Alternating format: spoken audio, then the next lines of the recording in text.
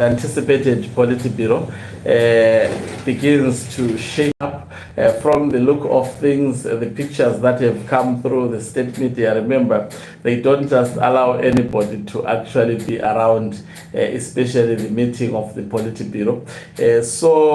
We have seen the pictures of retired General Chiwenga, Kembo Mohadi. Something of interest to mention about the appearance of retired General Chiwenga. He seems to have actually gotten rid of the scarf this time around. He is also not putting on on ZANU-PF regalia. We have seen your Stembiso Nyoni and others, they are putting on ZANU-PF regalia. Opetimpof not putting on ZANU-PF regalia. It appears, it promises to be an intense politburo. In the morning, Emmerson Dambudzo Mnangagwa was meeting with the ambassador of South Africa, who was actually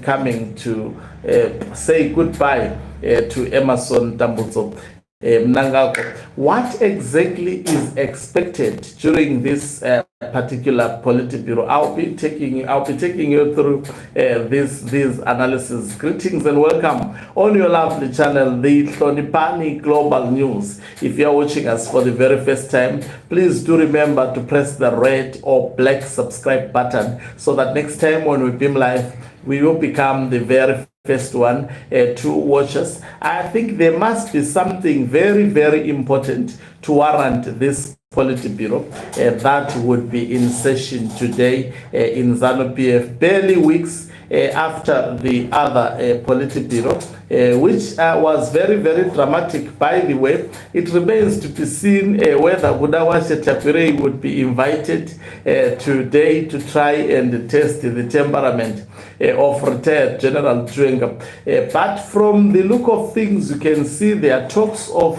Harare province being dissolved by retired General Chiwenga. I'm certain he would be pushing that, but it will be secretively kept. But guess what? We will be looking in the curtains, and very soon we will be giving you more details. Expect that to be discussed.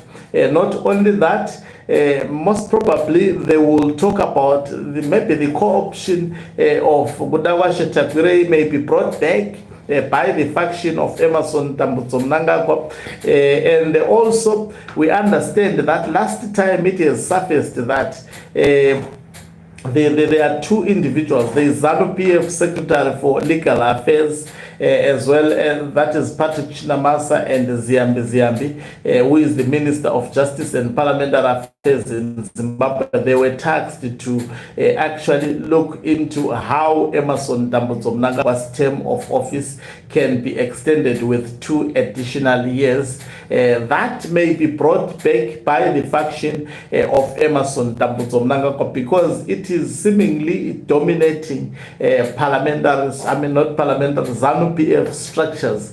So as such, they may be pompous to bring these issues, but don't think they will be bringing them because they want to do so, but because all this may have been made from the bedroom of Emmerson Dambudzo Mnangagwa, which is currently in charge of Zimbabwe. Essentially, a lot of people laugh when I use these words, but that is actually what is happening. Things are concocted from the bedroom of Emmerson Dambudzo Mnangagwa. Others are just given a script to act what has been actually written from the bedroom. If we have watched how the politics of Zimbabwe is actually carried out. So definitely the issue of the conference will be discussed. I strongly believe also Mnangagwa faction may bring into the fore the way Chris Mutswangwa handles the press briefings of ZANU-PF. That issue may come into light, the way he has actually embarrassed the ally of Emmerson Dambudzo Mnangagwa, that is Budawashe Tapiray. I sense also Mnangagwa, because he has been crossing a lot of red lines, he may actually use his powers to bring back Budawashe Tapiray to the Central Committee meeting. There is a possibility that that may also happen. So we may see factions today pushing conflicting factional agendas. I mean, and that will drive a wedge to continue between the two in ZANU-PF, the faction of Chiwenga as well as the faction of Emmerson Mnangagwa. These are political processes trying to solve problems that are political in nature and that have to do with ZANU-PF succession. I can attest to you that we should not read much into these processes determining exactly which faction will overcome the other faction, because that has nothing to do with succession of ZANU-PF if we are to rely on historical evidence on how leaders have been removed in ZANU-PF. But political decisions eventually spare this conflict to be resolved outside the political structures. So political structures by its very nature within ZANU-PF, they are actually artificial structures. There are certain issues that, especially when it comes to dealing with succession matters, it has been proven numerous times that they play no significant role in terms of determining who becomes the next president. And it has been proven that in ZANU-PF, the presidency is fought for. It is not something that is amicably done or something that is politically solved. There is no democracy to solve it. It is always through the military intervention. So the person who enjoys military support at the moment, I can tell you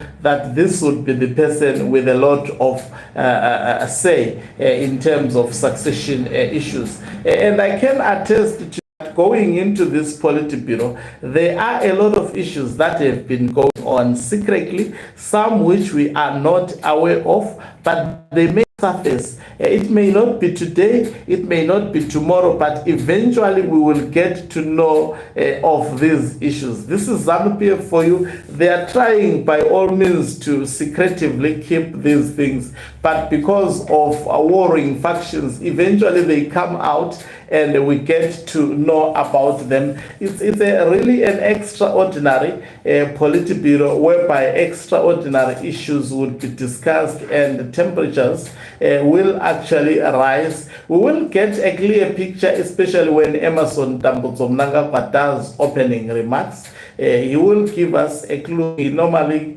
leaks what is at stake by complaining a lot. We expect a lot of complaining. We expect him to talk about unity, emphasizing on unity, which has never existed, especially during his tenure within ZANU-PF. If there is anything that has existed, we have seen that Mnangagwa is the weakest leader. We used to think that he is strong, but he is the weakest leader compared to the one that he is fighting against. No matter how they may try to project him as a powerful leader, but facts and evidence on ground shows something else. Thank you very much for watching us. If you're watching us for the very first time, please do remember to press the red or black subscribe button so that next time when we beam live, you become the very first one to watch us. You can financially support this channel by pressing the subscribe plus button and be part of our members who are the heartbeat of this channel. You can equally do so by pressing the thanks button and send us stars.